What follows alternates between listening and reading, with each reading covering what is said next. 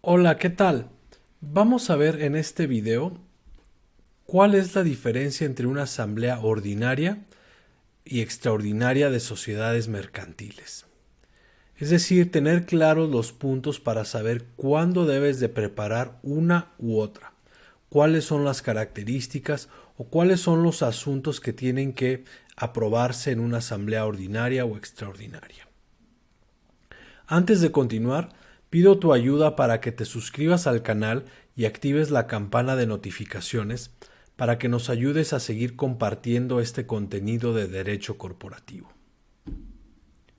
Bueno, soy José Jasso, abogado corporativo con más de 12 años de experiencia y lo que quiero transmitir ahora es lo que he aprendido en la práctica para poder identificar cuándo estamos frente a asuntos que se tienen que aprobar en una asamblea ordinaria o extraordinaria. Al final del video quiero que tengas los elementos muy claros para que cuando estés ya sea revisando un acta o bien vayas a preparar una asamblea, sepas si se trata de ordinaria o extraordinaria y cuáles son las consecuencias de hacerlo de una o de otra forma. ¿De acuerdo? Vamos a verlo.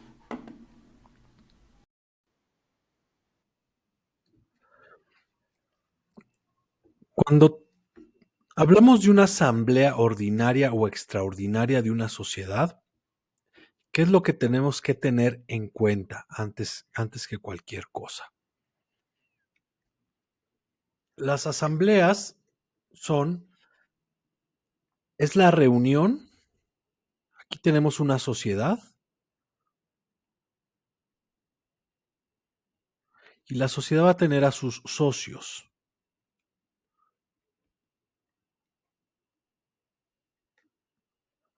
Vamos a suponer que esta sociedad tiene 5 socios. La asamblea no es más que la reunión de los socios, ¿sí? Para la toma de decisiones. Es decir, los socios de la sociedad se van a reunir y van a tomar decisiones, ¿sí? Y para eso hay ciertos requisitos, pero el hecho de que sea una asamblea ordinaria o extraordinaria tiene que ver con qué porcentaje de los socios o de sus participaciones vamos a necesitar para ciertos asuntos. ¿De acuerdo? Ahora, antes de entrar allá a los puntos específicos de qué asuntos van a requerir un mayor o un menor porcentaje, quiero empezar por lo más importante. Cuando estamos hablando de asambleas ordinarias o extraordinarias de sociedades, lo primero que tenemos que entender en el asunto concreto que estamos viendo es de qué tipo social estamos hablando, porque eso va a ser distinto. Por ejemplo, si estamos hablando de una sociedad civil, de una sociedad anónima, por ejemplo, o de una sociedad de responsabilidad limitada, es muy importante primero entender de qué tipo social estamos hablando, porque eso va a impactar el porcentaje de votación que vamos a requerir para ciertos o determinados asuntos, lo que, en otras palabras, eso va a impactar en si estamos hablando de una asamblea ordinaria o extraordinaria, el tipo social. Entonces es muy importante. No podemos hablar en general de asambleas ordinarias o extraordinarias, sino primero tenemos que ver de qué tipo social estamos hablando. Entonces, para este video voy a usar dos ejemplos muy puntuales. El de una sociedad civil y el de una sociedad anónima. Y voy a empezar con el más fácil, que es el de la sociedad anónima. ¿Por qué digo que es el más fácil? Porque la sociedad anónima, eh, el régimen legal de la sociedad anónima contenido en la Ley General de Sociedades Mercantiles es el que crea esta distinción de asambleas ordinarias o extraordinarias. ¿Sí?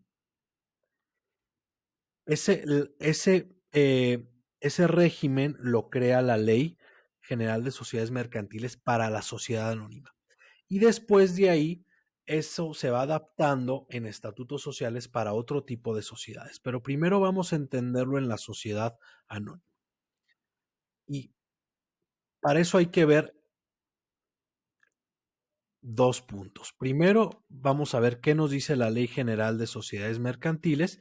Y después, vamos a ver qué nos dicen los estatutos sociales de una sociedad y esos los vamos a ver. ¿De acuerdo? Y en el caso de la sociedad civil también vamos a tener que ver primero qué nos dice el Código Civil o los códigos civiles. Acuérdense, la sociedad civil no está regulada en la Ley General de Sociedades Mercantiles, sino en los códigos civiles, y también tenemos que ver qué dicen sus estatutos sociales. Es decir, primero vamos a ver la ley y luego estatutos sociales de una sociedad como ejemplo. Acuérdense, estos van a cambiar porque cambian por cada sociedad. ¿De acuerdo? Entonces vamos a verlo ahora puntualmente con la sociedad anónima.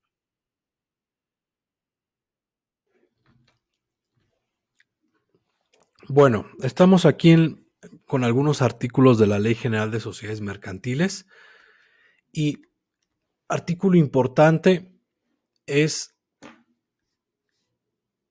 el 179. Esto es de la Ley General de Sociedades Mercantiles en el capítulo específico de sociedades anónimas. ¿Sí? Estos artículos son para las sociedades anónimas, no aplican a todas las sociedades, solo a las sociedades anónimas y sus variantes, sociedades anónimas de capital variable, sociedad anónima promotora de inversión, etc. Entonces, muchas veces se toman estos artículos erróneamente y se quieren aplicar a otro tipo de sociedades, como por ejemplo la sociedad civil. Ahora vamos a ver el caso de la sociedad civil como ejemplo, pero ahora vamos a enfocarnos en estos artículos de la Ley General de Sociedades Mercantiles, sociedades anónimas. Artículo 179, las asambleas generales de accionistas son ordinarias y extraordinarias. ¿De acuerdo? Artículo 180. Son asambleas ordinarias las que se reúnen para tratar de cualquier asunto que no sea de los enumerados en el artículo 182. Entonces, las ordinarias son las que no se reúnen para tratar algún asunto del 182. Entonces, vámonos a ver el 182. Son asambleas extraordinarias las que se reúnen para tratar cualquiera de los siguientes asuntos. Entonces, todos estos son los asuntos que por ley son asuntos de asamblea extraordinaria hablando de una sociedad anónima. 1. Prórroga de duración de la sociedad. 2. Disolución anticipada de la sociedad. 3. Aumento o reducción del capital social. ¿Sí? Vamos a abrir aquí un paréntesis refiriéndose al capital fijo si es que la sociedad es sociedad anónima de capital variable. Y si los estatutos sociales de esa sociedad permiten hacer disminuciones, aumentos y disminuciones de capital mediante asamblea ordinaria en sus estatutos sociales. Pero por ahora, los aumentos o reducciones de capital social son de asamblea extraordinaria. Cambio de objeto de la sociedad, cambio de nacionalidad de la sociedad, transformación de la sociedad, fusión con otra sociedad, emisión de acciones privilegiadas, amortización por la sociedad de sus propias acciones y emisión de acciones de goce, emisión de bonos, cualquier otra modificación del contrato social y los demás asuntos para los que la ley o el contrato social exija un quórum especial. Por eso, cuando hablamos de asambleas extraordinarias, en el caso de sociedades anónimas, tenemos que ver si los asuntos que se van a tratar son alguno de estos, del 1 al 11, o bien revisar los estatutos sociales para ver si hay algún otro asunto que aun cuando no esté listado en el artículo 182, los socios de esa sociedad hayan acordado en los estatutos sociales incluirlo como un asunto de quórum especial o asunto de asamblea extraordinaria. ¿De acuerdo? Bueno, todo lo demás va a ser asunto de asamblea ordinaria. Por ejemplo, ¿qué va a ser asunto de asamblea ordinaria? Pues asuntos que no vienen aquí, como nombramiento de administradores.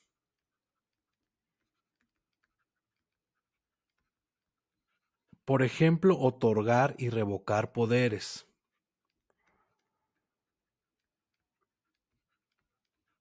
Estos asuntos no están acá, no están en el 182, entonces son asuntos de asamblea ordinaria.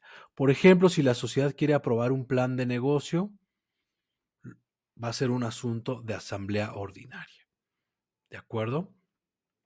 Si la sociedad es una sociedad anónima de capital variable y sus estatutos sociales dicen que puede hacer aumentos o disminuciones de capital variable en asamblea ordinaria, ese va a ser un asunto de asamblea ordinaria, solo en ese caso.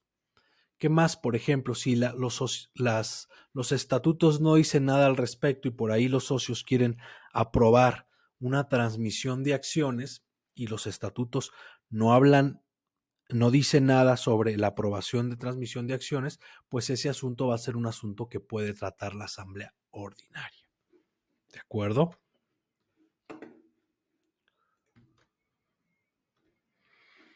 Bueno, y a todo esto, en términos prácticos, ¿cuál es la diferencia de que una asamblea sea ordinaria o extraordinaria? Bueno, ya sabemos cuáles son los asuntos que la ley nos dice que para la sociedad anónima son asuntos de asamblea ordinaria o extraordinaria. ¿Cuál es la diferencia práctica? Bueno, vámonos a los artículos 189 y 190 de la Ley General de Sociedades Mercantiles. ¿Qué nos dicen? Para que una asamblea ordinaria se considere legalmente reunida, deberá estar representada por lo menos la mitad del capital social. Y las resoluciones solo serán válidas cuando se tomen por la mayoría de los votos presentes. Es decir, los asuntos de asamblea ordinaria los vamos a poder decidir si concurren a la asamblea por lo menos la mitad del capital social. Y si solo va la mitad del capital social, pueden aprobar temas tomando por mayoría de votos de los presentes. Es decir, si tenemos una sociedad que tiene 100 acciones y se quiere celebrar una asamblea ordinaria y a esa asamblea concurren 55 acciones, se puede instalar la asamblea porque es la mitad del capital social. Y si en esa asamblea se aprueba un asunto con el voto de 30, pues 30 es la mayoría, es una mayoría simple de 55. Entonces, con 30 votos se van a poder aprobar ciertos asuntos, ¿sí? Si concurren solamente 55, vota una mayoría de 30. Entonces, se vuelve más fácil llegar o aprobar ciertos asuntos. Ahora, 190, salvo que en el contrato social se fije una mayoría más elevada, siempre hay que revisar estatutos sociales. En las asambleas extraordinarias debe estar representada por lo menos las 3/4 partes del capital y las resoluciones se tomarán por el voto de las acciones que representen la mitad del capital social. Y aquí hay un truco. Te voy a explicar el truco. En el mismo caso, teniendo la sociedad que tiene 100 votos, para que se pueda celebrar una asamblea extraordinaria, tienen que participar o acudir por lo menos el 75% de las acciones, ¿sí? Ya no el 55%. Entonces es más difícil, ¿sí? Y las resoluciones se tomarán por el voto de las acciones que representen la mitad del capital social. Fíjense cómo aquí la ley usa palabras distintas, frases distintas. Aquí te habla por mayoría de los votos presentes, es decir, de 55 una mayoría de los presentes es 30, Pero en el caso de la extraordinaria no usa voto de la mayoría de los presentes, sino te habla, se tomará por el voto de las acciones que representen la mitad del capital social. Entonces, si van 75, ¿cuál sería la mitad de 75? Va a ser 38. Pero 38 no nos va a dar un quórum de votación porque 38 es la mayoría de los presentes. Aquí estamos hablando voto de las acciones que representen la mitad del capital social. ¿Y cuál es el capital social? Es 100. Entonces el voto en la asamblea extraordinaria tiene que ser por lo menos de 50. ¿Sí? Entonces se vuelve más complicado aprobar asuntos en una asamblea extraordinaria. Y además otro tema que tiene que ver también con las asambleas extraordinarias. Es un tema de formalidad. ¿Qué otro tema importante práctico tienen las asambleas extraordinarias? Si nos vamos al 194 de la ley, hay un párrafo que nos dice: las actas de las asambleas extraordinarias serán protocolizadas ante fedatario público e inscritas en el registro público de comercio. Sí, esto hay que hacerlo forzosamente con las asambleas extraordinarias. Y en cambio, las ordinarias únicamente se tienen que inscribir en el libro de registro, en el libro de actas de asamblea, y si no se pueden inscribir en el libro de actas de asamblea, se tienen que protocolizar. Entonces, las actas de asambleas ordinarias no es necesario que se protocolicen, únicamente si no se registran en el libro, o bien si en ellas contienen algún tema que por ley se tenga que protocolizar, como un otorgamiento o revocación de poderes. En ese caso, sí se tienen que protocolizar únicamente en esa parte conducente. O además, si se quiere, se puede protocolizar, pero no es necesario. ¿De acuerdo? Bueno, todo esto, recuerda, es solo para la sociedad anónima. ¿Sí? Ahora, vamos a ver el caso de la sociedad civil. Ahora, en el caso de las sociedades civiles, para eso vámonos al Código Civil Federal. Lo estoy usando para efectos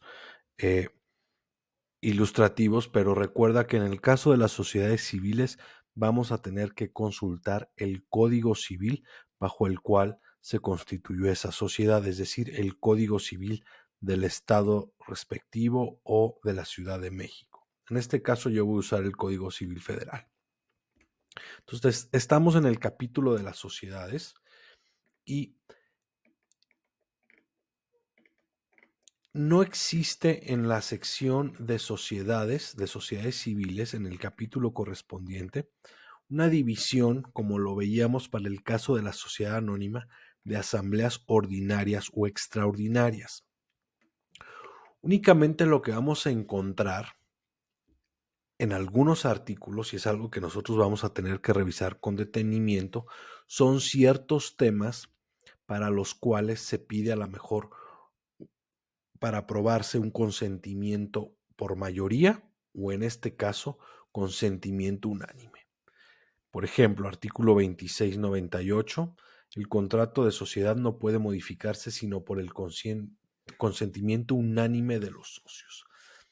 ¿Sí? Entonces, este tema va a ser un tema, no lo quiero llamar de asamblea extraordinaria, porque no es el caso, pero sería algo similar, con la característica de que para modificar el contrato social necesitaríamos el consentimiento unánime de los socios, es decir, de todos. Es un asunto de una supermayoría. Por ejemplo, acá tenemos otro tema, un aumento de capital que se ha acordado por la mayoría. Entonces, hay temas que pueden ser acordados por mayoría, ¿sí? Y hay temas como el del 2698 que tienen que ser acordados por la totalidad, ¿sí? Por ejemplo, aquí tenemos otro tema, artículo 2705. los socios no pueden ceder sus derechos sin el consentimiento previo y unánime de los demás coasociados, ¿sí?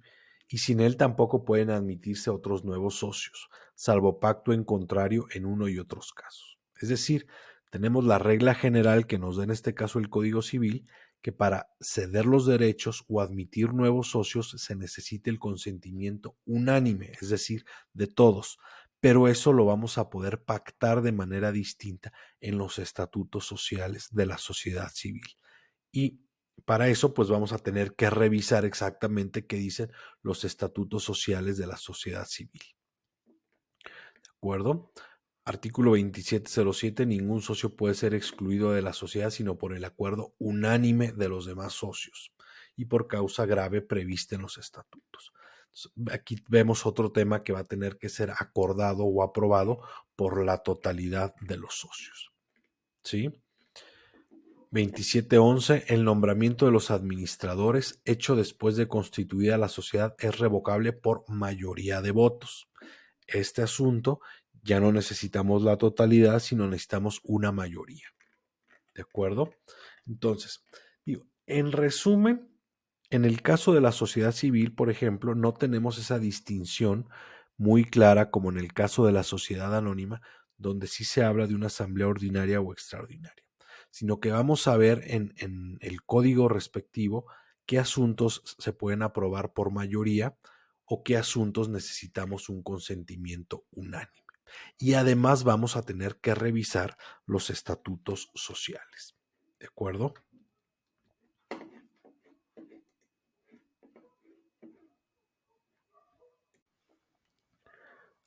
Por ejemplo, estamos aquí viendo unos estatutos sociales de una sociedad civil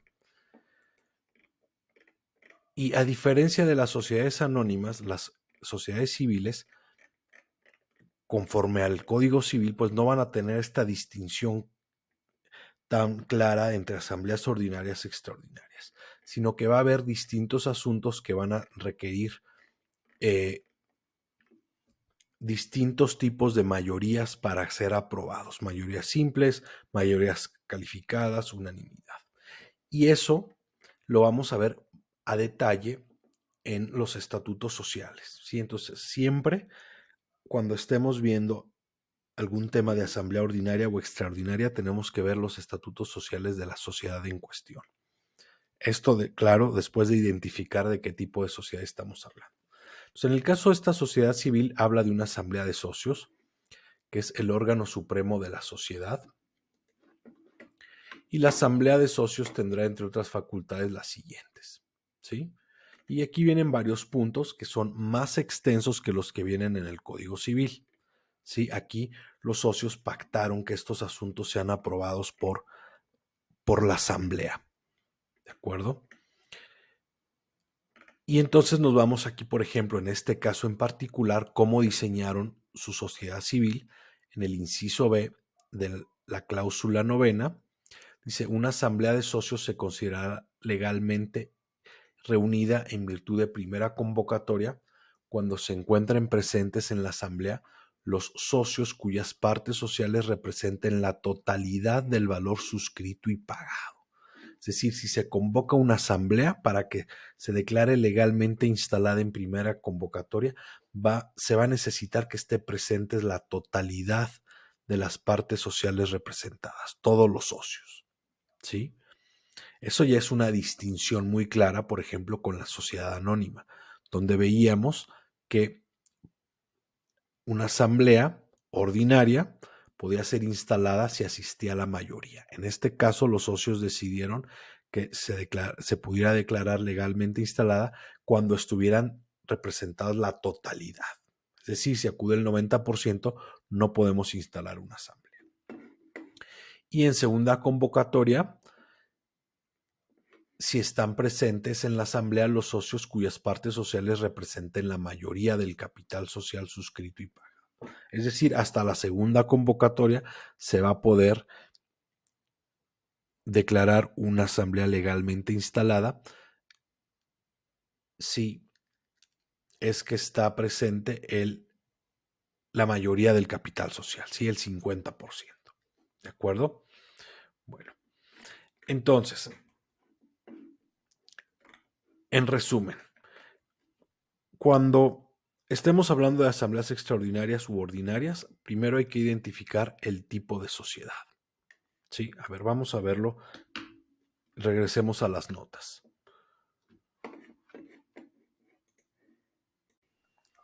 Entonces, cuando estemos hablando de asambleas ordinarias y extraordinarias de sociedades, lo primero que tenemos que hacer es identificar el tipo social. ¿De qué tipo de sociedad estamos hablando? ¿Sí? De una sociedad civil, de una sociedad anónima, de una sociedad de responsabilidad limitada, de una sociedad cooperativa, etcétera. Habiendo identificado el tipo social, lo segundo que tenemos que hacer es revisar cuál es la ley que la rige, ¿sí? En el caso de una sociedad civil vimos que es el Código Civil, y en el caso de la sociedad anónima es la Ley General de Sociedades Mercantiles, para ver qué nos dice sobre las asambleas, quórums de instalación, de votación, qué asuntos se necesita una mayoría simple o una mayoría calificada. Y segundo, e igual de importante, es revisar los estatutos sociales, para ver, además de lo que previene la ley, qué pactaron los socios, ¿sí? ¿Qué otros temas que aunque no diga la ley que deban de ser aprobados de una forma, los socios sí pactaron que sean aprobados con determinada mayoría o mayoría calificada o unanimidad? ¿De acuerdo?